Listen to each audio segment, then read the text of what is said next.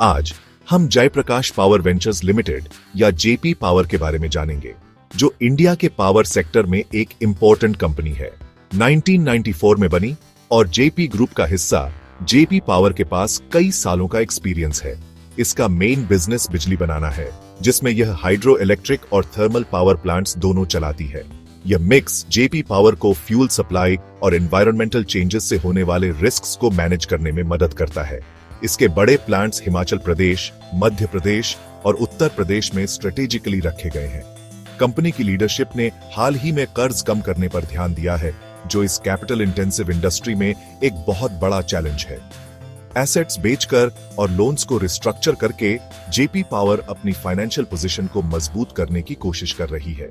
बीना thermal power plant की cell एक turning point था, जो प्रोएक्टिव मैनेजमेंट को दिखाता है। जेपी पावर अब ट्रांसफॉर्मेशन के फेज में है, जिसका एम कई सालों के फाइनेंशियल स्ट्रेस के बाद स्टेबिलिटी पाना है। इस बैकग्राउंड के साथ आइए देखते हैं कि कंपनी फाइनेंशियली कैसा परफॉर्म कर रही है। आइए जेपी पावर की फाइनेंशियल हेल्थ चेक करें। कंपनी का रेवेन्यू ऊपर नीचे होता रहा है, जो पावर सेक्टर के सिक्लिकल नेचर को दिखाता है। ज्यादा कर्ज और ऑपरेशनल कॉस्ट्स की वजह से कई सालों तक नुकसान हुआ, लेकिन हाल ही में कर्ज कम होने से जेपी पावर को प्रॉफिट कमाने में मदद मिली है। मार्च 2024 में कंपनी ने नेट प्रॉफिट रिपोर्ट किया, जो एक बड़ा माइलस्टोन है। वैल्यूएशन के हिसाब से जेपी पावर का पीई रेशियो इसके हालिया टर्नअराउंड की वजह से वॉलेटाइल है, जबकि इसका पीबी रेशियो 1 से कम है, जो बताता है कि स्टॉक एसेट वैल्यू से कम पर ट्रेड कर रहा है। एनटीपीसी जैसे जायंट्स के मुकाबले जेपी पावर सस्ता लगता है, लेकिन इसमें रिस्क ज्यादा है। इन्वेस्टर्स यह देखने के लिए इंतजार कर रहे हैं कि क्या प्रॉफिटेबिलिटी सस्टेनेबल है या सिर्फ एक शॉर्ट टर्म ब्लिप। कंपनी की फाइनेंशियल स्टोरी रिकवरी की है, लेकिन चैलेंजेस अभी भी हैं। मेन बात यह है कि क्या जेपी पावर इस पॉजिटिव मोमेंटम को मेंटेन कर पाती है। अब आइए देखते हैं कि यह कंपेटिटर्स और इंडस्ट्री ट्रेंड्स के मुकाबले कैसा है।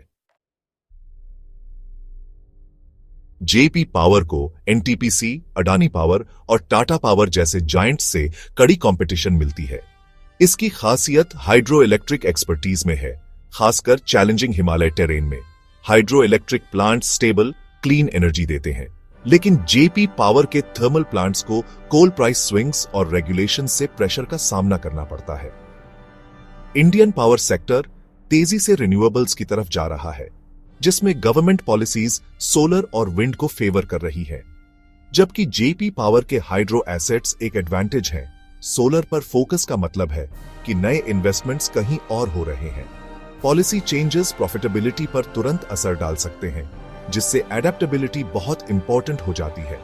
कंपनी को रेगुलेटरी शिफ्ट्स और ग्रीन एनर्जी ट्रांजिशन दोनों को हैंडल करना होगा। आइए जेपी पावर की स्ट्रेंथ्स, वीकनेसेस, अपॉर्चुनिटीज और थ्रेट्स को समझते हैं। यह जेपी पावर के लिए एक क्विक स्वॉट एनालिसिस है। स्ट्रेंथ्स: कई सालों का एक्सपीरियंस, हाइड्रो एक्सपर्टीज और हालिया कर्ज में कमी। स्ट्रेटेजिक प्लांट लोकेशंस इसे कॉस्ट में एडवांटेज देते हैं। वीकनेसेस: अभी भी ज्यादा कर्ज है और कुछ बड़े प्लांट्स पर निर्भरता इसे डिसरप्शंस के लिए कमजोर बनाती है। बड़े राइवल्स के मुकाबले छोटा स्केल बार्गेनिंग पावर को कम करता है। अपॉर्चुनिटीज: इंडिया की बढ़ती पावर डिमांड और ऑपरेशनल एफिशिएंसी की संभावना। गवर्नमेंट के इंफ्रास्ट्रक्चर पर फोकस से कैश फ्लोज में सुधार हो सकता है। थ्रेट्स: रेगुलेटरी चेंजेस, रिन्यूएबल्स से बढ़ती कंपटीशन और कोल प्राइस में वॉलेटिलिटी।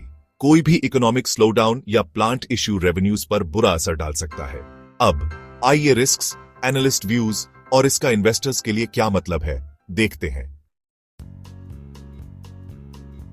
जेपी पावर के मेन रिस्क्स ऑपरेशनल हिकअप्स, बचा हुआ कर्ज, मार्केट कंपटीशन और रेगुलेटरी अनसर्टेनिटी है। एनालिस्ट्स कॉशियसली ऑप्टिमिस्टिक हैं। हाल ही में क्रेडिट रेटिंग अपग्रेड्स बेहतर फाइनेंशियल हेल्थ को दिखाते हैं। कोल माइन ऑक्शन जीतना और प्रॉफिट में लौटना पॉजिटिव साइंस हैं। कंपनी फ्यूल सिक्योर करने और मार्जिन्स बढ़ाने के लिए कदम उठा रही है। वैल्यू इन्वेस्टर्स के लिए जेपी पावर हाई रिस्क और हाई रिवॉर्ड, लो वैल्यूएशन, कर्ज में कमी और एक टर्न अराउंड स्टोरी ऑफर्स करता है। लेकिन रिस्क्स अभी भी हैं। कर्ज, कंपटीशन और पॉलिसी चेंजेस प्रोग्रेस को रोक सकते हैं। एग्रेसिव इन्वेस्टर्स को यह शायद देखने लायक लगे, लेकिन कंजर्वेटिव इन्वेस्टर्स को सावधान रहना चाहिए। हमेशा की तरह इन्वेस्ट करने से पहले अपना रिसर्च जरूर करें।